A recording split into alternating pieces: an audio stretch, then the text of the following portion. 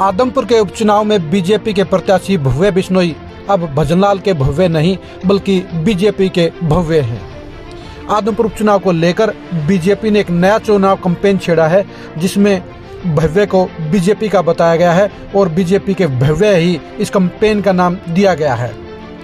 BJP Adampur चुनाव को लेकर पूरे एक्शन मोड में आ गई है और उन्होंने पूरी तरह से भव्य बिश्नोई को अपना लिया है।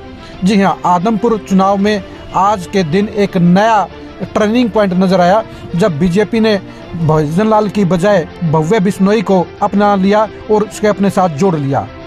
बीजेपी के लिए भव्य बिश्नोई अब प्रतिष्ठा का सवाल बन गए हैं। आज पूर्व मंत्री मनीष ग्रोवर ने भी प्रेस कॉन्फ्रेंस में भव्य बिश्नोई की खुलकर तारीफ की। उन्होंने उसे पढ़ा लिखा बताया, उन्होंने उसे समझदार बताया, उन्होंने उसे युवा पीढ़ी का प्रतीक बताया। भव्य बिश्नोई के साथ भाजपा का यह लाड प्यार बता रहा है कि भाजपा ने भव्य बिश्नोई को पूरी तरह से अपना लिया है। भाजपा यह समझ गई है कि भजनलाल के परिवार के वोट बैंक के साथ साथ भव्य को बीजेपी के साथ जोड़ना बेहद जरूरी है। आखिर क्या कारण है कि भाजपा ने भव्य को अपनाया है? जाहिर सी बात है, आदमपुर का उपचुनाव भजनलाल परिवार के साथ साथ अब बीजेपी की प्रतिष्ठा का सवाल भी बन गया है। इसलिए बीजेपी ने भव्य को अपना लिया है, उसे अपना बता दिया है। बीजेपी की साफ सी रणनीति है कि बड़े मार्जिन से जीत हासिल करने के लिए भव्य बिश्नोई को सिर्फ भजनलाल परिवार के वोट बैंक के सहारे नहीं छोड़ा जा सकता, बल्कि भव्य बिश्नोई को बीजेपी के वोट बैंक के साथ भी उसी तरह से जोड़ना बेहद जरूरी है।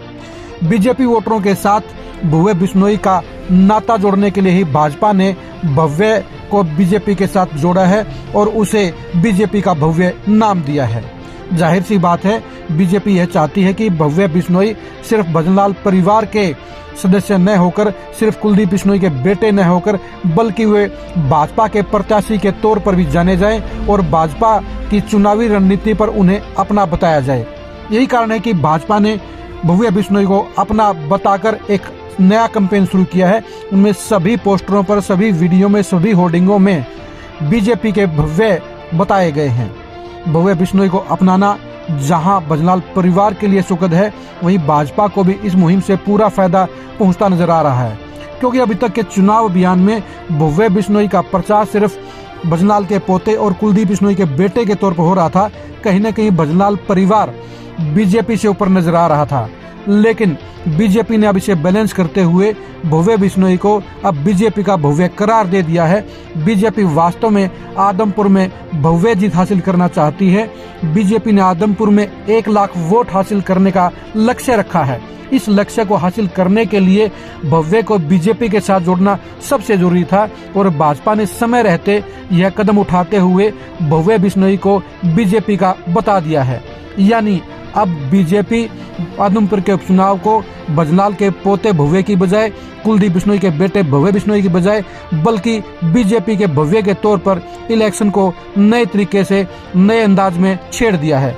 अब देखने की बात यही है कि भाजपा की यह मुहिम भव्य बिश्नोई को कितना फायदा पहुंचाती है और इसका उपचुनाव पर क्या असर पड़ता है।